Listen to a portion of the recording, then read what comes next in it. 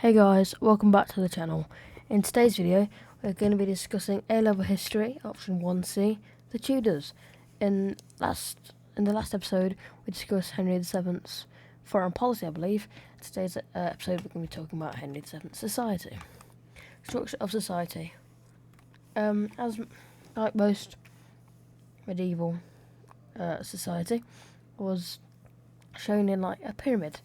I mean, that's how people nowadays like to describe it. Based on classes, was shown as a social pyramid as the following. The king, you have the nobility, the gentry, church people, commoners, and then also the peasants. So we're going to start off with the nobility. Essentially the top of the food chain, to be fair. They had all the power, except for the king, to be fair. They were the most powerful, again, except for the king. And there were only around 50 noble families. And I'd say they make up around 0.1% of the population. However, Henry VII massively distrusted the nobility, as seen when he reduced their power massively.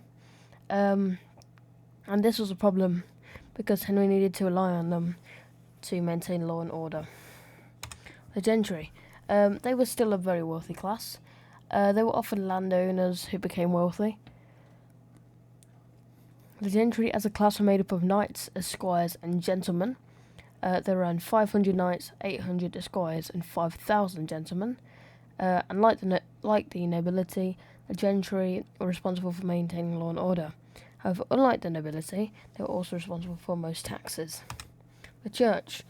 The Roman Catholic Church dominated society. There were about 35,000 clergy and 10,000 monks and nuns. The church in itself had its own hierarchy, which went cardinals, archbishops, bishops, and priests. The church also had their own law and order system to mainly deal with religious crimes like heresy and adultery. These weren't actual crimes as stated in the law, however, they were frowned upon and seen as religious crimes. Commoners. They were the largest social class. There were around 2 million people. About half of these were labelled as labouring poor and were beneath the poverty line. And practically everyone worked in agriculture in rural areas. And it was very difficult and practically impossible for some people, especially the commoners, to have social mobility, which was to be able to move up classes. Okay, we're going to talk about the Yorkshire Rebellion and the Cornish Rebellion. The Yorkshire Rebellion happened due to taxation, with Henry trying to raise revenue. Yorkshire were very poor and therefore were a lot poorer than regions in the southeast, which were a lot wealthier. And Henry was trying to raise revenue for defending Brittany from France. The Cornish Rebellion happened due to the raising of extraordinary revenue for a campaign in Scotland. Unlike the Yorkshire Rebellion, the Cornish Rebellion was actually pretty serious. Around 15,000 people were involved, and there was even a march on London.